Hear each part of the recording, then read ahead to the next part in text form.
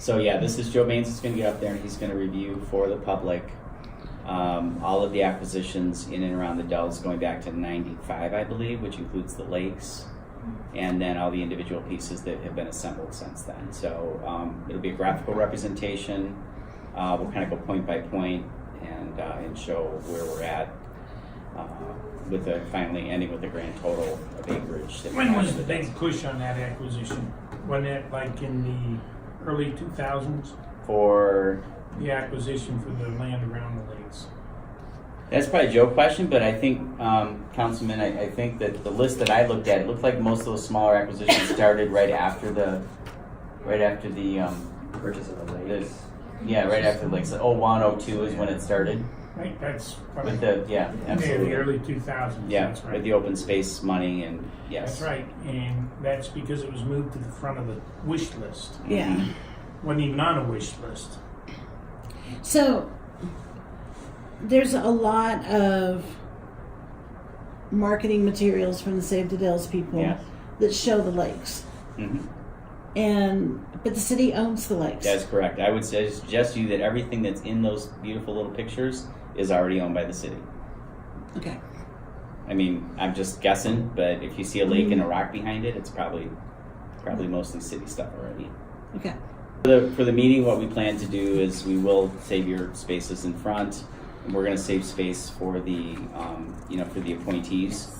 But the rest of it's fair game. So we're going to try to first come, first serve, and hopefully everybody behaves, and we don't have like a Who concert situation or anything like that. So. We are going to make sure we maintain the capacity, right? Yes, we absolutely. Absolutely. I mean, you cannot lead government by breaking the law. Absolutely. So we will, once the capacity is set there inside the chambers, there will be capacity available in the hallway.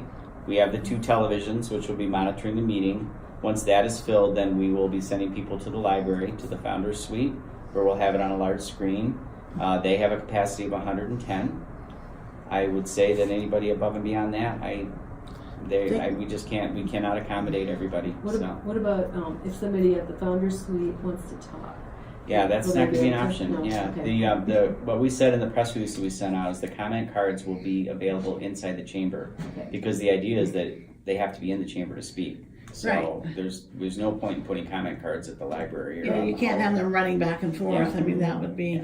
And the normal time limits, I assume. 2 minutes. 2 minutes? Will be requested because we expect a great deal, and that was all outlined in the press release in terms of that. We're requesting because of the crowd and the push and everything that's going on. No signs. We don't want anyone getting hurt with a sign waving around or backpacks and things like that. So I sent the press release out late yesterday afternoon, so it kind of outlines all that. And in the packet is the thing that if they vote in favor of it, Yes. the council, it Yeah, would the be signed resolution. as the resolution. Yes. But just because that's in the packet doesn't mean that it's a done deal that it will be signed. Is that correct? In other words, council could vote not to sign this resolution. That's correct. I mean, that's what it's before. It's before them to vote on whether or not to pass the resolution, and that's what's in front of them. And I noticed that staff is making no recommendation one way or the other. That's correct. That's correct. I think everybody in the room knows this was not something council put on the agenda.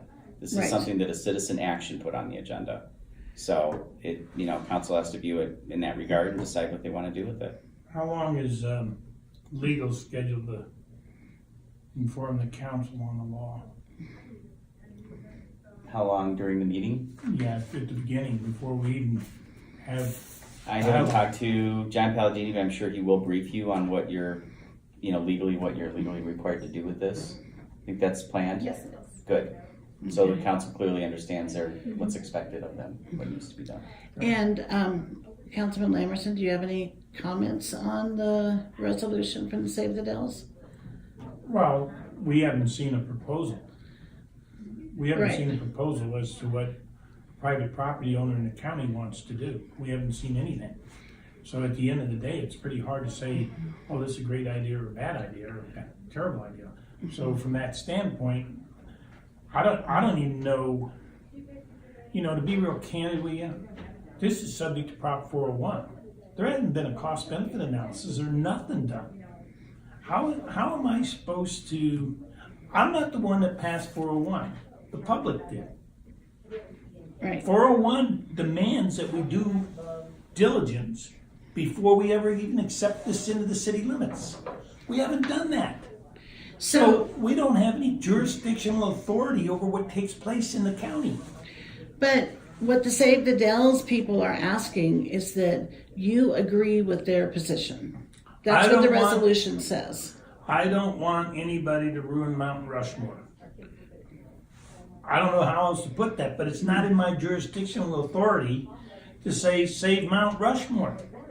What I can say is, no, I don't want anybody to hurt Mount Rushmore. Well, same thing as this.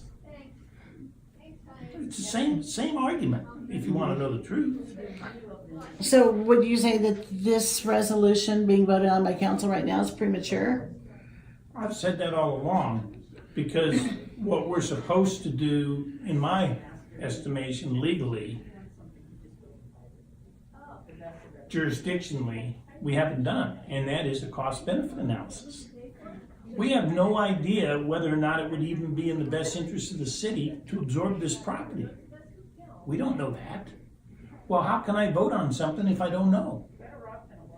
That's sort of where I'm at. I mean, until that cost-benefit analysis is done, and you see the general impact that the proposal, which we don't know what the proposal is going to have on our water, our sewer, our streets, our cops, our fire, and our trash pickup, the basic services that I've always maintained since I've been on this council.